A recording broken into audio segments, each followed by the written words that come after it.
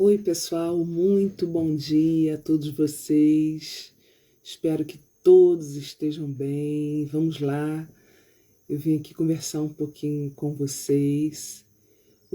Ontem eu estava assistindo um congresso e gostei muito do tema que foi abordado, inclusive lá no meu canal no YouTube, Dicas da Neuropsico.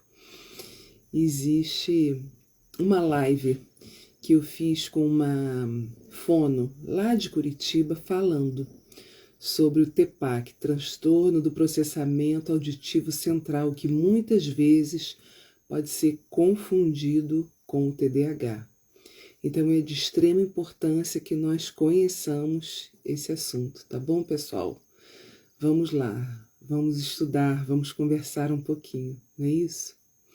E eu deixo uma pergunta aqui para vocês agora logo no início, tá? Ouvir e escutar, existe diferença? O que vocês acham? Ouvir e escutar. Vanessa, não é a mesma coisa? E aí, pergunto para vocês, existe diferença ou não existe entre ouvir e escutar? Alguém quer colocar aí nos comentários se existe alguma diferença entre ouvir e escutar? O que vocês acham? Vamos lá. O aluno ouve, mas ele não escuta. Você já conversou com alguém que quando você está falando, a pessoa fala assim, quê? Repete para mim, não entendi de novo. Falei. Muitas vezes, né, pessoal, a gente conhece muitas pessoas assim. Pois é bem provável que essa pessoa esteja apresentando o TPAC, que é o transtorno do processamento auditivo central. Vanessa, mas o que é isso? Você ouve, o teu ouvido ouviu, mas o teu cérebro não processou aquilo que você escutou. Por isso a pessoa pergunta pra gente, o quê? Não entendi muito bem, repete. É um indício de que a pessoa possa estar apresentando o transtorno do processamento auditivo central. Tá bom, pessoal? Vamos lá. Deixa eu passar aqui os slides para eu ir me lembrando aqui do congresso e conversando com vocês, né? Então, para que ocorra a audição, é necessário o funcionamento das vias auditivas. E foi uma fono que deu aula nesse congresso ontem, foi muito interessante, pessoal. Então, as vias auditivas, elas precisam estar o quê? Funcionando em perfeito estado. Por isso que muitas vezes nós encaminhamos o nosso aprendente, nosso paciente, quando nós temos a suspeita, para fono. Mas não é qualquer fono, tá, pessoal? É uma fono especializada do processamento auditivo central, não são todas. Elas vão fazer o exame em cabine, tá? Com essa criança, adolescente, adulto, idoso que seja, para que possa constatar ou não aí se existe mesmo distúrbio do processamento auditivo ou não.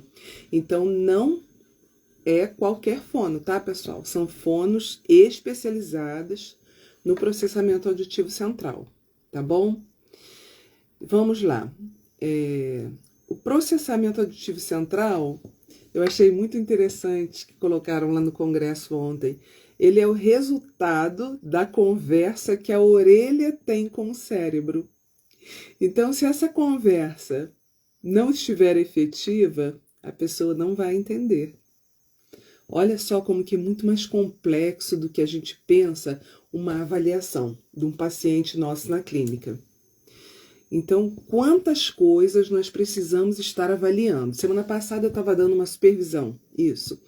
Aí a supervisionada falou para mim, nossa, Vanessa, eu não sabia disso, deixa eu anotar aqui. Falei, sim, extremamente importante na hora da anamnese, você perguntar se o seu paciente já fez algum exame de vista, se ele está enxergando, né, perfeitamente.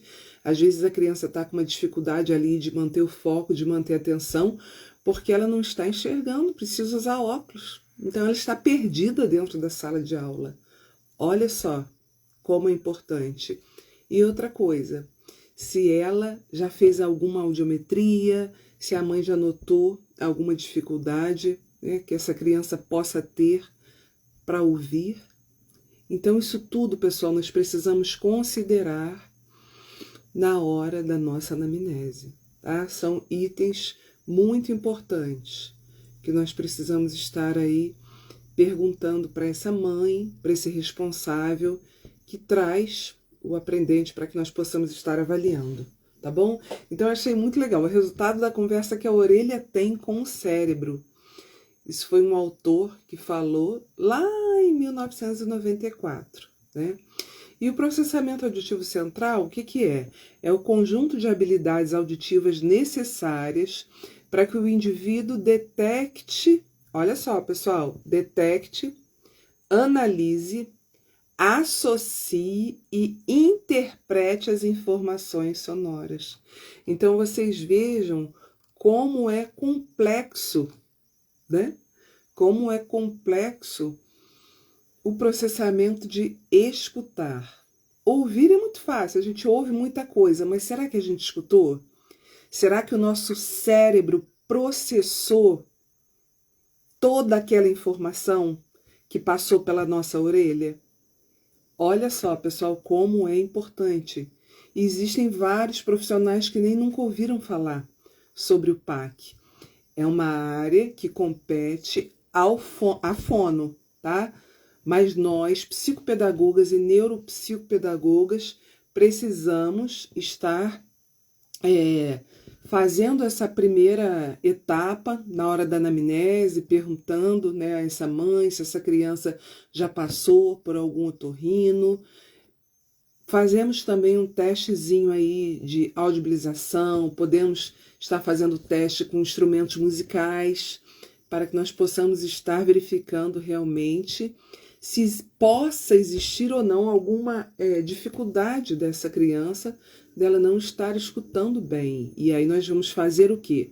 O encaminhamento para fono. Vanessa, mas a gente pode fazer encaminhamento? Sim.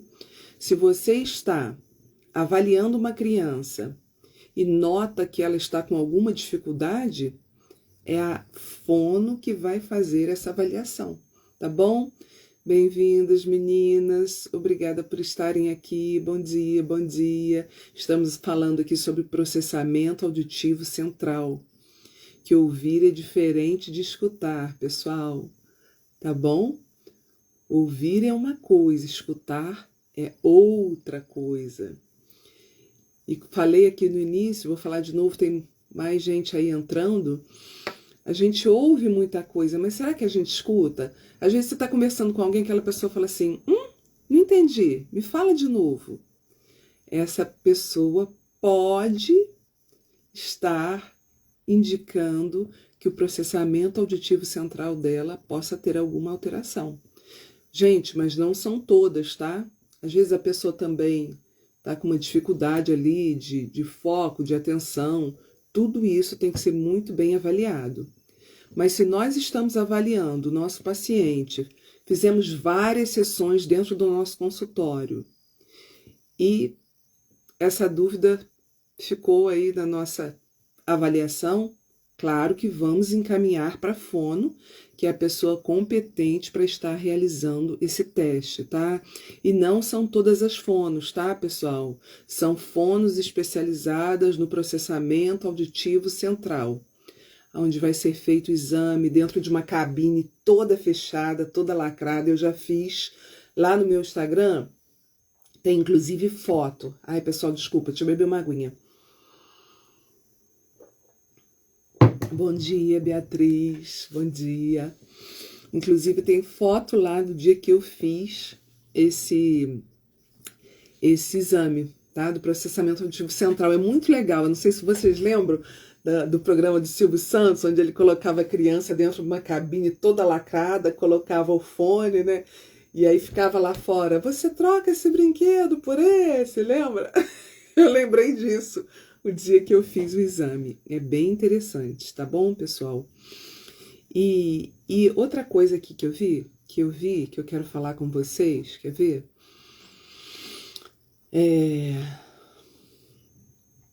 que o transtorno do processamento auditivo central, ele não é um transtorno do neurodesenvolvimento. A Fono falou isso ontem, tá? E ele é um transtorno que, se cuidado, ele é reabilitado. A pessoa volta, o cérebro volta, tá, a processar ali direitinho. Se for uma reabilitação bem feita com essa fono, especialista em cabine, a criança passa por várias sessões. Agora, pessoal, tem o seguinte, eu acho que é a partir de 8 anos, se eu não me engano, tá? Que pode ser feito. Porque quando a fono coloca ali o fone na criança, essa criança ela vai precisar interagir com a fono que fica do lado de fora da cabine, entendeu? E ela vai falar com a criança e ela vai escutar no fone. Aí ela vai falar, agora eu vou colocar um som mais fino e um som mais grosso. Agora me responda isso. E a criança vai interagindo, tá bom? Com a fono. Então, esse exame não é feito em crianças muito pequenas, porque essa troca não vai acontecer. Tá bom, pessoal? Vamos lá.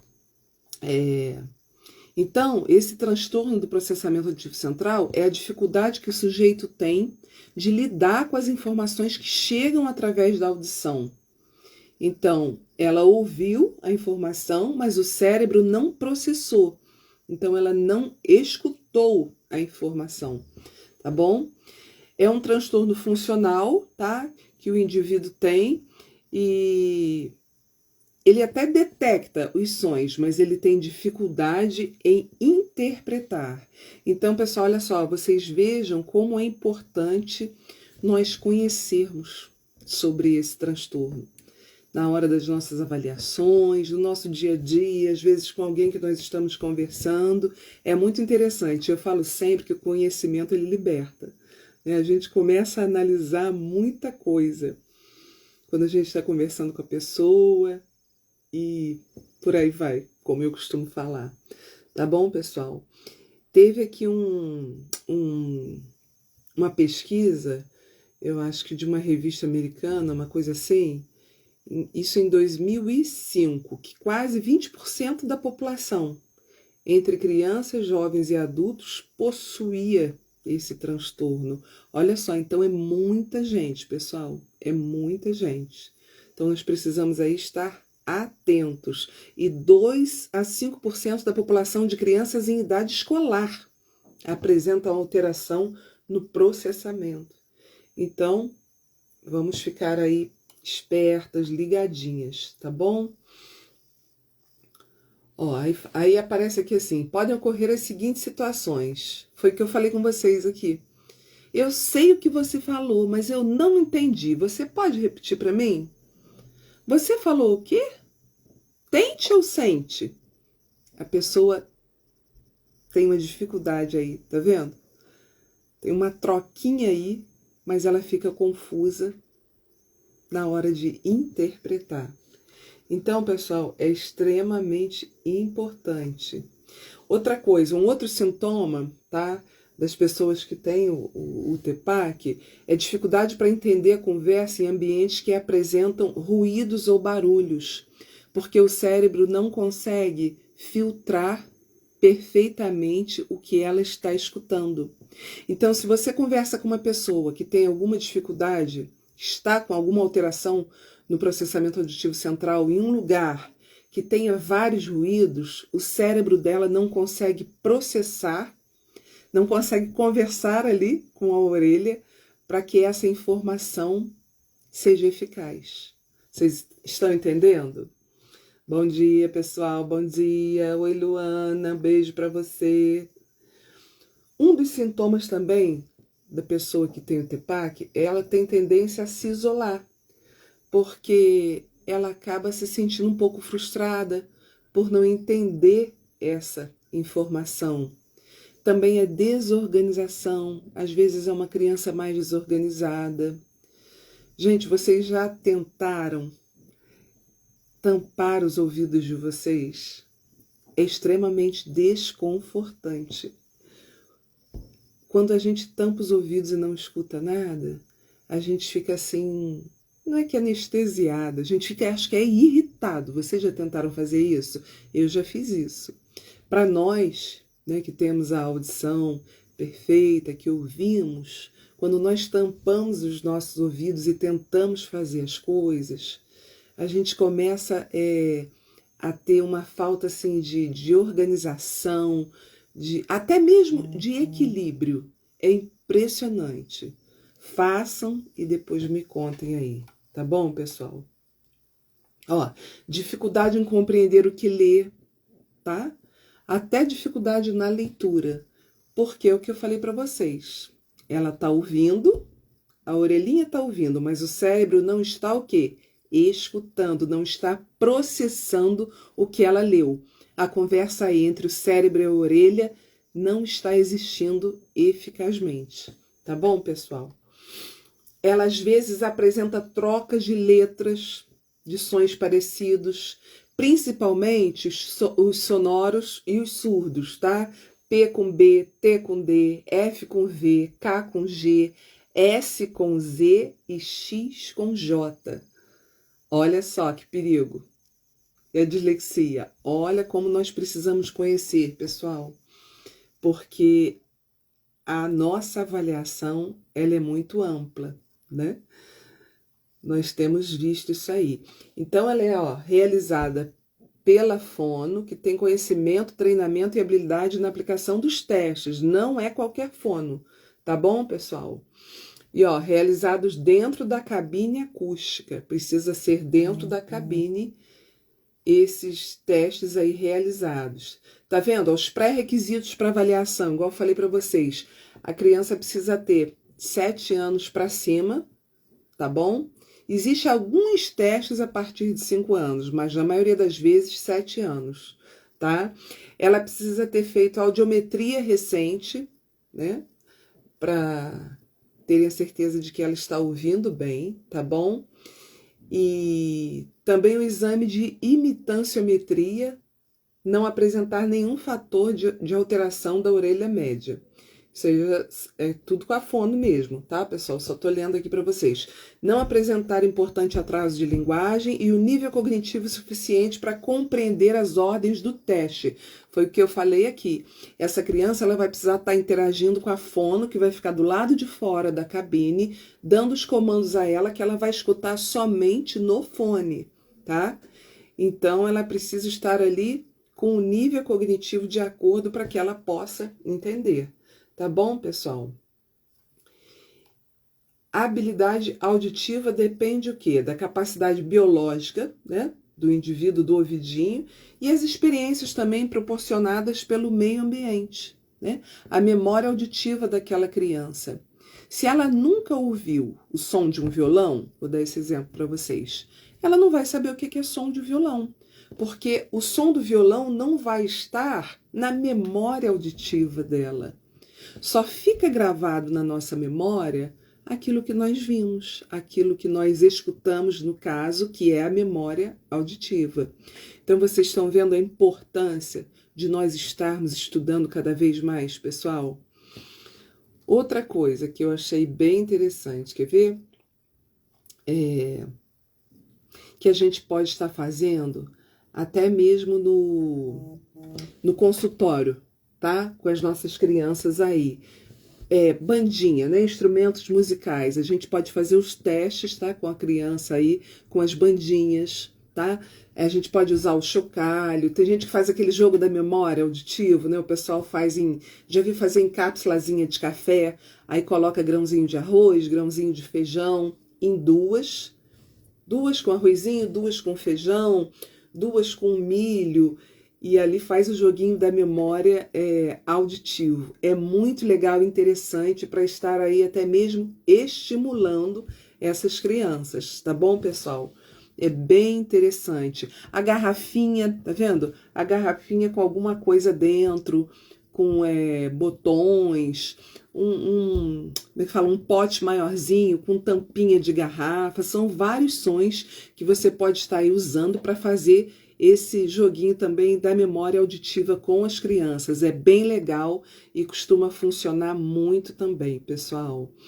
Então, olha só, eu deixo aqui para vocês essa importância, tá? Outra coisa que você pode fazer também que é tão fácil, né? Imitar palmas, bater palmas. Fulaninho, a tia vai bater palmas e pedir que você imite o que a tia está fazendo. Então você vai lá e bate uma palma mais forte. Vai ver se a criança vai bater a palma igual você bateu. Na mesa, você bate 3 vezes. Vê se ela vai bater 3 vezes também. Isso tudo aí você está o quê? Você está avaliando também, né? Essa criança. E é muito importante que nós façamos isso, porque se existir qualquer dificuldade, nós precisamos estar encaminhando para a fono. Vanessa, como é que eu faço esse encaminhamento? Gente, é tão fácil. Coloca a tua logo em cima, numa folha de A4, escreve encaminhamento. Embaixo você vai digitar no seu computador. Encaminho a paciente fulana de tal para avaliação com a fono. Carimba, assina, coloca a data, pronto. Não precisa ser um texto muito grande, não. Eu acho que quanto mais simples, melhor até, tá bom?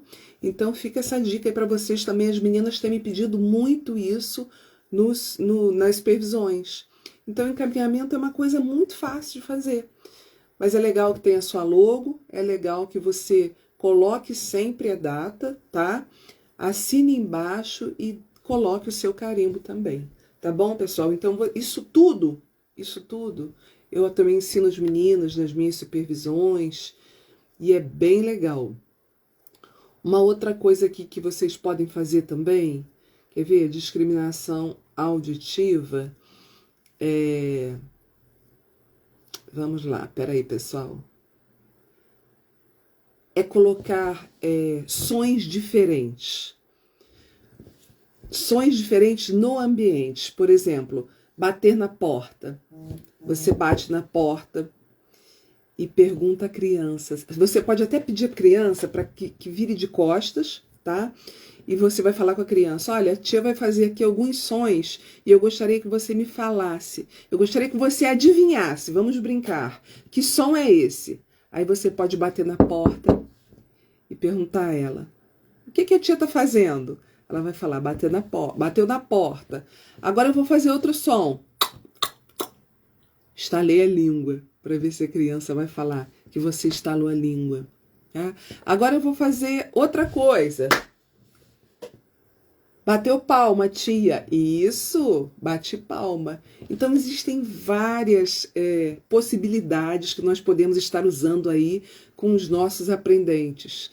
Na clínica, você que é professora, com o seu aluno dentro de sala, com todos os alunos, fazer umas dinâmicas assim, é bem legal e eles gostam muito, pessoal. Gente, muito obrigada por vocês estarem aqui uma vez mais comigo, fico muito feliz, espero que vocês tenham gostado dessa live, que vocês tenham entendido a importância de estarmos cada vez mais estudando, são muitos assuntos que nós precisamos estar aí nos aperfeiçoando todo o tempo para que nós possamos estar atendendo aí os nossos pacientes, da nossa clínica, na escola, onde você estiver trabalhando, tá bom? Muito obrigada a todos, fiquem com Deus, um bom dia.